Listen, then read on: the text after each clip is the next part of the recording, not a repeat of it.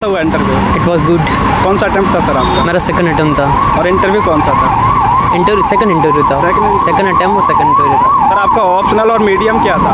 Anthropology optional था और English medium था। ओके सर, थोड़ा अपने बारे में बताएं, आपका नाम क्या है और एजुकेशनल बैकग्राउंड क्या है? मैं प्रशांत महाराष्ट्र से डिस्ट्रिक्ट नंदुरबार से बिलोंग करता हूँ और मेरा एजुकेशन सिविल इंजीनियरिंग में हुआ है। Right now I am job in PCMC corporation Pune और स्टडी जॉब के साथ स्टडी स्टार्ट किया एंड सर अभी इंटरव्यू देकर आ रहे हैं, आज के इंटरव्यू का कैसा एक्सपीरियंस रहा? Experience it was good really. अच्छा, स्टार्टिंग कल तो मैं फील कर रहा था कि कैसा होगा, नर्वसनेस फील हो रही थी। और जैसे बोर्ड के सामने एंट्री किया एंड उनकी स्माइल देख के तो मुझे पॉजिटिव वाइब्स लगे। देन मैं पूरा नर्वसनेस भूल गया। देन मेरे पूरा 100% जो मैंने पढ़ाई किया था first day to last day वो डेफिनेटली उसको। राइट सर, क्या क्वेश्चंस पूछे गए? थोड़े बहुत क्वेश्चंस हमारे व्यूवर्स को बता पाओ। मोस्ट ऑफ द डैप से क्वेश्चंस थे रिगार्डिंग मेरे जॉब पे रिगार्डिंग क्वेश्चंस थे और डिस्ट्रिक्ट से क्वेश्चंस थे, महाराष्ट्र से और मेरे डिस्ट्रिक्ट से क्वेश्चंस थे। राइट सर, क्या क्वेश्चंस थे डैप वगैरह से आपकी? डैप के क्वेश्चन थे हॉबी के रिलेटेड थे। गार्डनिंग मेरी हॉबी है तो उससे रिलेटेड, हॉर्टिकल्चर के रिलेटेड क्वेश्चंस थे। वाटर डिमांड के रिलेटेड क्वेश्चंस थे। तो डेली वाटर डिमांड कितना है पर पर्सन कैपिटा, उसके बारे में आप कितना यूज करते हो डेली वाटर। देन उसके बाद से सीवर ट्रीटमेंट तक कैसा होता है, आपका फैमिली मतलब पूरा टोटल वाटर यूज़ कर रही है, 135 लीटर पर पर्सन यूज़ कर रहा है। सो टोटल सीवर ट्रीटमेंट तक वाटर तो किस तरह से क्या प्रोसेस है उसके रिगार्डिंग क्वेश्चन था। तो थोड़ा करंट अफेयर के रिलेटेड I2UT के बारे में थोड़ा क्वेश्चंस पूछा। करंट से कौन सा क्वेश्चन पूछा था? करंट अफेयर I2UT के बारे में पूछा था। तो इजराइल उसके बारे में थोड़ा, फिर इजराइल के बारे में थोड़ा डीपली क्वेश्चन पूछा। इजराइल और पर्शियन के बारे में थोड़ा रिलेट करने को बोला, इंडिया का क्या स्टैंड है, किसको ज़्यादा सपोर्ट करेगा। सो वहाँ पे डीप वाला क्वेश्चन तो थोड़ा मुझे समझ में नहीं आया। सो मैंने थोड़ा गेसिंग पावर का यूज़ किया। सो शायद उनको सही लगा, तो मैंने गुड बोला तो मुझे लगा यार मेरा गेसिंग पावर सही था। सर कोई सिचुएशन बेस्ड क्वेश्चन पूछा था? सिचुएशन बेस्ड एज वो ऐसा कोई क्वेश्चन नहीं था, बट उन्होंने बोला क्या कैसे आए, तो मतलब बाय मेट्रो से आया। अच्छा, तो सिचुएशन ऐसा दिया उन्होंने कि अच्छा आप साथ में आ रहे थे और एक सिटीज़न सिविल सिटीज़न पर्सन या ओल्ड सिटीज़न पर्सन आपके साथ में आ रहे, दो साथ में है, एक पर्सन रह जाता है और एक साथ आपके साथ में आ जाता है। सो आप वो सिचुएशन को कैसे हैंडल करोगे?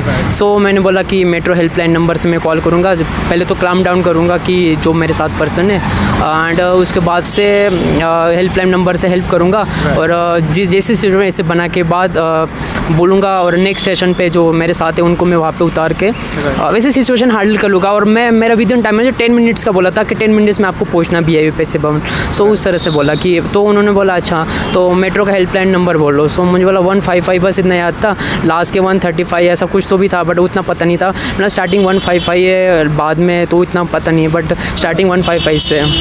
तो सर कोई ऐसा क्वेश्चन जो आपको नहीं पता हो वो याद आ रहा हो आपको? वही करंट अफेयर से जब I2UT के बारे में पूछा गया, देन उसके बाद से इजराइल के बारे में थोड़ा डीप क्वेश्चन पूछा, रिलेट किया गया तो थोड़ा नहीं समझ में आ रहा था। सर बेसिकली जो क्वेश्चंस नहीं आ रहे थे उनको आप कैसे टैकल कर रहे थे? सॉरी बोल दिया और 2 क्वेश्चन को सॉरी बोल दिया, बिल्कुल गलत जवाब दे के कोई फ़ायदा नहीं है। और वहाँ पे एक नॉलेज टेस्ट नहीं था, मेरा पर्सनैलिटी टेस्ट था।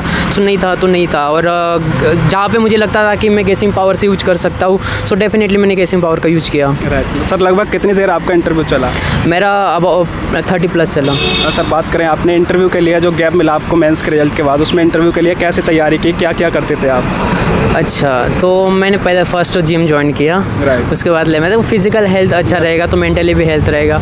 उसके बाद से फिर मैंने जो पढ़ा था, जो मेंस में किया था, और यहाँ पे नॉलेज बेस नहीं था, पर्सनैलिटी बेस था और पर्सनैलिटी बेस में नॉलेज का भी थोड़ा इन्वॉल्वमेंट होता है। सो मैंने ज़्यादातर देखा कि मैं जितना परफेक्ट बन सकता हूँ और मैं जितना लॉयल हूँ, जो मेरे में है, जो कमियाँ है वो डिवाइड करूँ और जो मुझ में पॉजिटिव थिंकिंग है सो उसको थोड़ा इम्प्रूव करूँ, बस उतना ही किया मैंने, मोस्ट ऑफ ज़्यादा कि नहीं। और थोड़ा करंट अफेयर ज़्यादातर फोकस करने लग गया। राइट सर, बात करें आपकी प्रिपरेशन की तो कैसे हुई? कोचिंग का हेल्प लिया या आपने सेल्फ स्टडी की थी? नहीं, कोचिंग का तो ऐसे बेनिफिट नहीं रहता है और तो मैंने कोचिंग का नहीं लिया। वैसे मैं जॉब के साथ प्रिपेयर कर रहा था सो मेरे को मुझे इतना बेनिफिट नहीं लगा कि मैं कोचिंग ले सकता हूँ। ऐसे भी बाद में सेल्फ स्टडी करनी पड़ती है।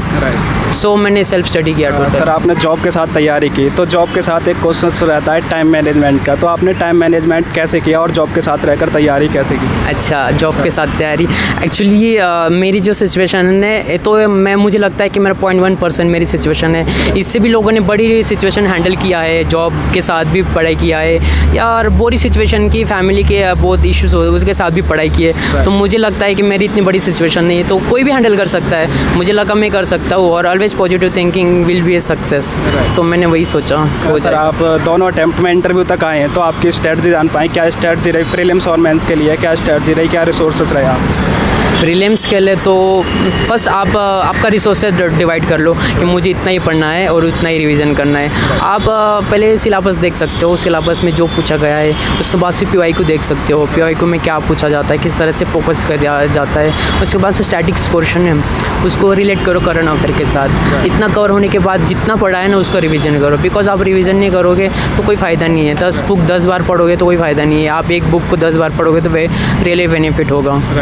सर जैसे आपने बताया करंट अफेयर्स को रिलेट करते रहो, तो करंट अफेयर्स के लिए आप क्या क्या पढ़ते थे, कैसे तैयार किया करंट अफेयर्स? करंट अफेयर के लिए मैंने स्टार्टिंग में न्यूज़पेपर स्टार्टिंग किया कि न्यूज़पेपर से पढ़ता हूँ, बट मुझे लग रहा था कि बहुत टाइम हो जाएगा।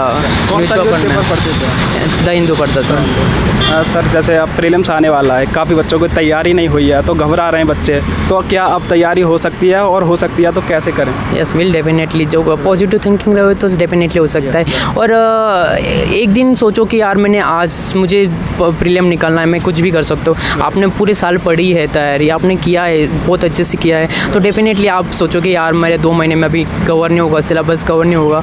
सो नेगेटिव थिंकिंग मत रखना, be positive, always be success. मैं हमेशा से वही है, मेरा स्टार्टिंग पोर्शन या पढ़ाई का 50% अलग था कि मैं 50% पढ़ाई को मानता था और 50% मेरा बी पॉजिटिव रहता था। बी पॉजिटिव हमेशा, आप पॉजिटिव रहोगे, मैं निकल जाऊँगा, मैं एग्ज़ाम क्लियर कर लूँगा।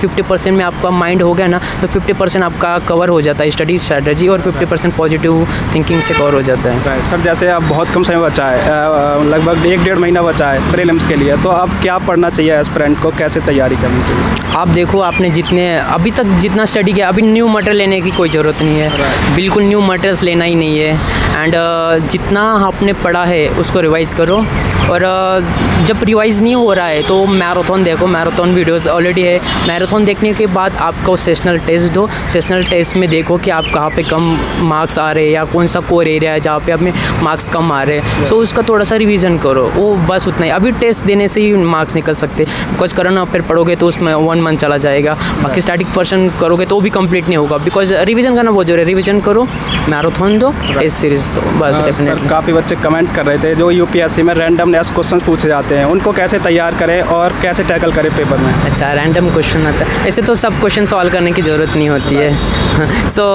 हमें निकालना है, इसमें तो वैसे मार्क्स काउंट नहीं होते, तो प्रीलिम बस निकालना है। तो इतना पकड़ना है कि मैं इतने मार्क्स, इतने क्वेश्चन अटेम्प्ट कर रहा हूँ, इससे मेरा प्रीलिम निकल रहा है, एज ए 20% एक्स्ट्रा पकड़ के इतने % मेरा निकल रहा है। सो और जब नहीं समझ में आ रहा है कि मेरा नहीं आ रहा है, और बहुत हार्ड लेवल के क्वेश्चन से, तो देखो एक तो क्वेश्चन अच्छे से पढ़ो, क्वेश्चन से कुछ लिंक होता है तो देखो, नहीं तो फिर वापस अपने ऑप्शनल पे चले जाओ। ऑप्शन में देखो कि एक दो ऑप्शन तो डेफिनेटली आपने पढ़ाई किया तो आपको समझ में आ जाएगा कि ये गलत आंसर है, और एक गलत आंसर को कट करो, देखो उसके बाद से कि कौन सा सही आंसर बोल रहा है कि मैं सही हूँ, ऐसा उसको राइट टिक करो। सर जैसे प्रीलिम्स में बैठने से पहले एग्ज़ाम में किन बातों का ध्यान रखें और पेपर कैसे टैकल करें?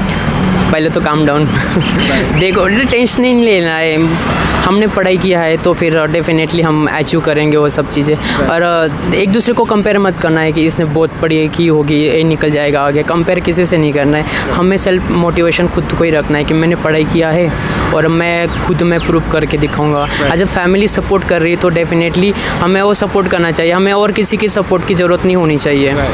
सर जैसे काफ़ी बच्चे मॉक लगा रहे हैं प्रीलिम्स के लिए, तो मॉक उनको कब तक लगाते रहने चाहिए और कितने दिन पहले एग्ज़ाम के छोड़ देना चाहिए? मॉक एज अ प्रीलिम के लिए तो मॉक की मैं मतलब पेड तो नहीं, मुझे लगता मार्केट में जब अवेलेबल है फ्री ऑफ कॉस्ट, जिनकी फाइनेंशियल कंडीशन नहीं है तो पेड तो नहीं लगा सकते, मार्केट में ले से लॉयल्टी के साथ दो। और मुझे कभी कभी लगता था कि 100 क्वेश्चन से मैं नहीं कर पाऊँगा टाइमिंग के साथ से, सो मैं खुद को मैं एक पैसे की कसम दे देता था कि ये तूने 100 क्वेश्चन लॉयल्टी के साथ नहीं दिया तो तू यूपीएससी कभी नहीं निकलेगा। मैं खुद को मेरी कसम दे देता था। सो मैं सोचता था कि नहीं यार यूपीएससी निकालना है। सो फिर वो टाइमिंग मैनेजमेंट के साथ में थोड़ा सा ज़्यादा फोकस कर पाता था ये सब। सर थोड़ा मेंस के बारे में और बताएं, कैसे तैयारी की आपने, मेंस के क्या रिसोर्सेस रहे, आंसर राइटिंग वगैरह कब से स्टार्ट कर दी थी आपने? मेंस के लिए तो मैंने वैल्यू एडेड मटेरियल का ज़्यादा फोकस किया, बिकॉज वैल्यू एडेड मटेरियल आपको ज़्यादा, बिकॉज हमने प्रीलिम किया है तो उसमें से थोड़ा स्टैटिक पोर्शन कवर हो जाता है। और मेंस के लिए तो आपको डाइवर्सिफाई आंसर लिखने की ज़रूरत होती है। हर क्वेश्चन को कवर करो, हर डायमेंशन से सोचो, एथिकली भी सोचो, डायमेंशनली सोशोलॉजी सोचो, पॉलिटिकल सोचो, हर चीज़ से सोच सकते हो।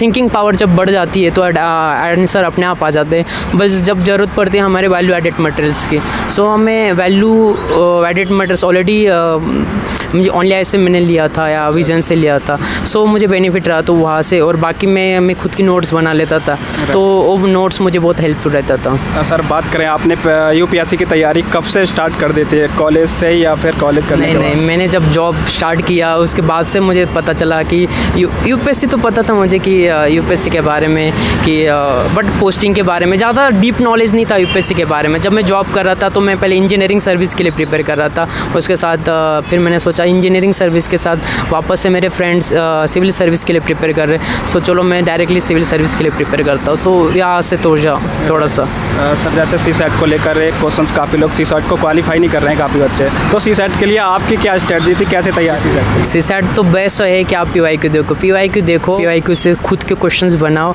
उससे डेफिनेटली हो जाएगा। बड़े बड़े बुक्स पकड़ के डिफरेंट एंगल से सॉल्व करने से कोई फ़ायदा नहीं है। सीसेट निकलना है आपको, पीवाईक्यू पे फोकस करना है ओनली। सर जैसे आपका ऑप्शनल एंथ्रोपोलॉजी था, तो एंथ्रोपोलॉजी की आपने तैयारी कैसे की, क्या बुक लिस्ट रही आपकी एंथ्रोपोलॉजी के लिए, कैसे तैयारी? एंथ्रोपोलॉजी के लिए अक्षत जैन सर, मतलब मुझे स्टैंडर्ड बुक्स मिल गए थे। उसके बाद से टेलीग्राम पे मुझे वीडियो मेरे फ्रेंड ने प्रोवाइड किए थे, सो वहाँ से हेल्प हुआ, वीडियोस देखा एंड मैंने थोड़ा रिवीजन किया थोड़ा सा, बिकॉज एंथ्रोपोलॉजी पढ़ना ज़रूरी है लाइफ में। फर्स्ट टाइम मतलब कभी ना कभी पढ़ना जरूरी, खुद के बारे में भी पढ़ना ज़रूरी है। सो मुझे एंथ्रोपोलॉजी इसीलिए मैंने चूज़ किया। सर बात करें आपकी ऑल ओवर जर्नी की, इंटरव्यू तक की जर्नी की, कैसी रही, किन किन समस्याओं का सामना करना पड़ा आपको? बस सेल्फ कॉन्फिडेंस रहो और नेगेटिव से दूर रहो, बिकॉज अच्छे भी लोग होते हैं, बुरे भी लोग होते हैं, साथ में चेंज होते हैं, फेस बहुत ज़्यादा चेंज होते हैं, बट माइंड नहीं करना है, हम सब हमारे ही है। बस बी पॉजिटिव रहो और मैं डेफिनेटली निकलूँगा, यही सोच के मैंने इसमें कदम रखा था। और देखता हूँ सक्सेस होगा तो फिर फैमिली का सपोर्ट है, फ्रेंड का भी सपोर्ट है, सब होता है, सही होता है। सर एक क्वेश्चन यह भी रहता है, जैसे यूपीएससी एक काफ़ी लंबी जर्नी है तो इसमें ज़्यादातर एस्पिरेंट डिमोटिवेट हो जाते हैं, आपने अपने आप को मोटिवेटेड कैसे रखा? मोटिवेट रहना एक अंदर से जुनून होता है, मुझे कुछ करना है ना, ऑलवेज बी पॉजिटिव। और जब सिचुएशन ऐसी होती ना कि मुझे करना है तो फिर करना ही है। एंड जब आप प्रिपेयर करने के लिए फ़ेल हो जाते हैं ना, सो आप फेल के लिए मतलब प्रिपेयर ही फेल होते हो, आप कभी पास नहीं हो सकते।